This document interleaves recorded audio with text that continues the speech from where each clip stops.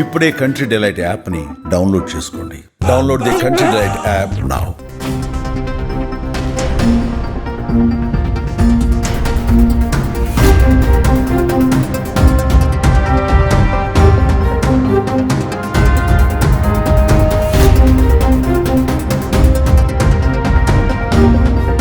నిన్నటి రోజున 22/10/25 తుని రూరల్ పరిధిలో జరిగినటువంటి ఒక మైనర్ గర్ల్ పై అత్యాచారం విషయం మీ అందరికీ తెలుసు.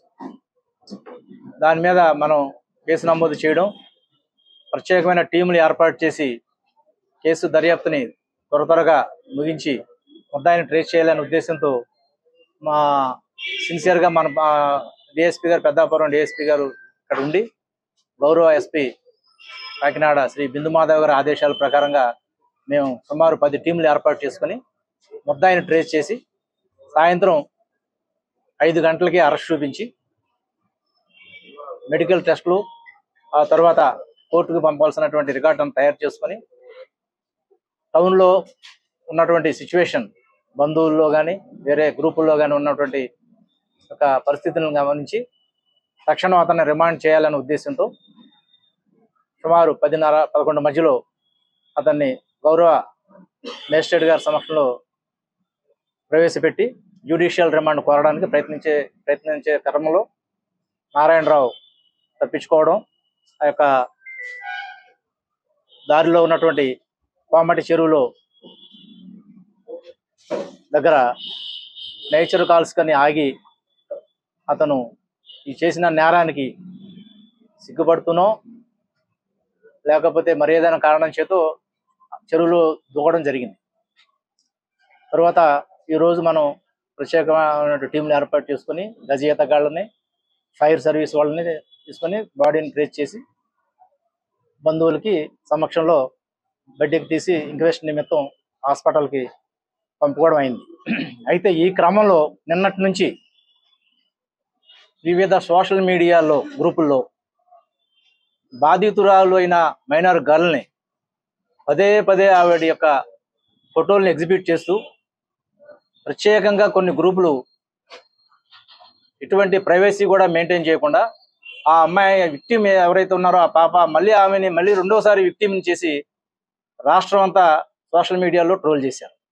ఇది చాలా దారుణమైన పరిస్థితి. ఎందుకంటే మీ అందరికీ తెలుసు, విక్టిమ్ని మనం డిస్క్లోజ్ చేయకూడదు.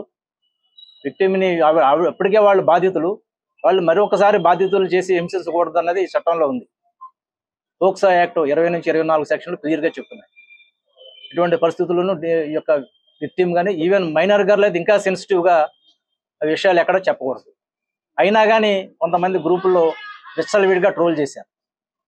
కొన్ని గ్రూపులను ఇప్పటికే మేము ఐడెంటిఫై చేసాం. అది ఏదైతే నేరం జరిగిందో హంసవరం గ్రామం నుంచి ఇది స్టార్ట్ అయిన ఈ ట్రోల్ చేయడం. ఆల్రెడీ ఆ గ్రామంలో ఉన్న కొంతమంది నాయకుల్ని, మహిళా నాయకుల్ని ఐడెంటిఫై చేసాం. అదేవిధంగా టౌన్లో కొన్ని గ్రూపులను ఐడెంటిఫై చేసాం. దయచేసి వారికి మేము చెప్తున్న విజ్ఞప్తి ఏంటంటే ఈరోజు సాయంత్రం 5 గంటల లోపుగా ఏవైతే గ్రూపుల్లో ఫొటోస్ ఉన్నాయో మైనర్ గర్ల్ ఫోటోలు కానీ, అదేవిధంగా ఎవరైతే సస్పెక్ట్ ఉన్నాడో నారాయణరావు యొక్క కొడుకు ఫ్యామిలీని, వాళ్ళ మైనర్ పిల్లల్ని కూడా ట్రోల్ చేస్తున్నారు. అది కూడా చాలా దారుణమైన పరిస్థితి. నారాయణరావు సస్పెక్ట్, అంతవరకు మేము ముద్దాయిని పట్టుకున్నాం, అరెస్ట్ చేసాం. వాళ్ళ ఫ్యామిలీలో ఉన్న లేడీస్ని కూడా ట్రోల్ చేయడం అనేది దారుణమైన విషయం. అది కూడా ఇప్పుడు వాళ్ళు కూడా వచ్చి టౌన్ పోలీస్ స్టేషన్లో రిపోర్ట్ ఇస్తున్నారు.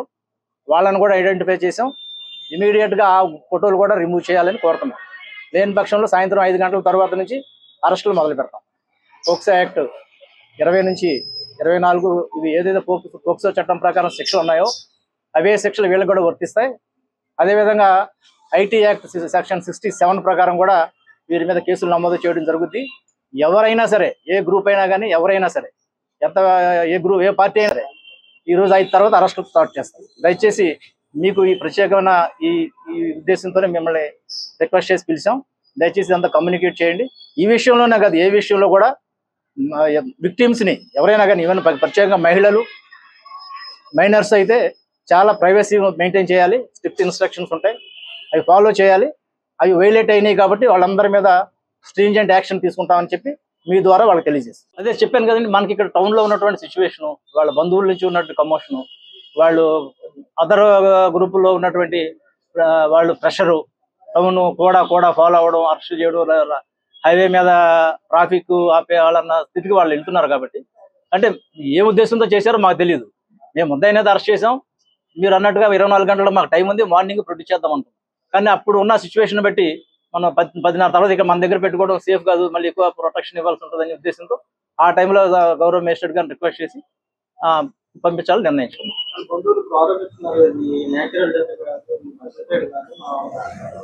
దాని మీద కూడా ఎంక్వైరీ ఉంటుంది కదండి. పోలీస్ అయితే డిఎస్పీ గారు ప్రెస్ మీట్ చేసినప్పుడు కాలకృత్యాల దృష్ట్యా ప్రతి మానవత్వం రైట్స్ ఉంటాయి కాబట్టి వాళ్ళ అవసరం ఇచ్చే అతను మేము కాలకృత్యం తీర్చుకోవడానికి పంపించాను. ఇప్పుడు మీరు ఇచ్చిన వయసులో అయితే తప్పించుకున్నారని ఒక పదం వాడారు. మరి ఇది ఎలా అంటే అతను తప్పించుకోవడం కాదు, కృత్యాలు కానీ దిగి కాలకృత్యాల నిమిత్తం దింపాం. అక్కడ మధ్యలో ఎందుకు ఆపుతారు, అక్కడ చెరువు ఉంది కాబట్టి, వాటర్ ఉంది కాబట్టి, అతను అదొక ఫండమెంటల్ ఇది కాబట్టి వాళ్ళకి ప్రాథమిక హక్కు. మనం వాళ్ళకి నేచురల్ కాల్స్ అలౌ చేయాలి, అది అలౌ చేశారు. మా వాళ్ళు చేశారు, ప్రొటెక్షన్ గా ఉన్నారు. హెవీ రెయిన్ ఉంది, చీకటి ఉంది. అతను అది అయిన తర్వాత లాబొరేటరీకి వెళ్ళిన తర్వాత చెరువు దగ్గరికి వెళ్ళాడు. కేసులో ముద్దాయిగా ఉన్న అతను రిమాండ్ కూడా పంపించి మీరు సబ్జెక్ట్ పంపించే క్రమంలో మరి అది ఎంత అభద్రత ఏం లేదు, ఎస్కార్ట్ ఉంది. అభద్రత ఏం లేదు, ఎస్కార్ట్ ఉంది. కాకపోతే హ్యాండ్ కాదు అంత, అతను ఎస్కేప్ అయ్యే నేచర్ కాదు కాబట్టి హ్యాండ్ కప్స్ వేయకూడదు కాబట్టి వేయలేదు. అందులో నేచురల్ కాల్స్కి అలౌ చేయాలి కాబట్టి నేచర్ వాళ్ళు వేసినా తీయాలి. భద్రతగానే ఉంది. ఎస్ఐ గారు ఉన్నారు, 2 కానిస్టేబుల్స్ ఉన్నారు, డ్రైవర్ ఉన్నారు. జీబులోనే తీసుకెళ్తున్నారు.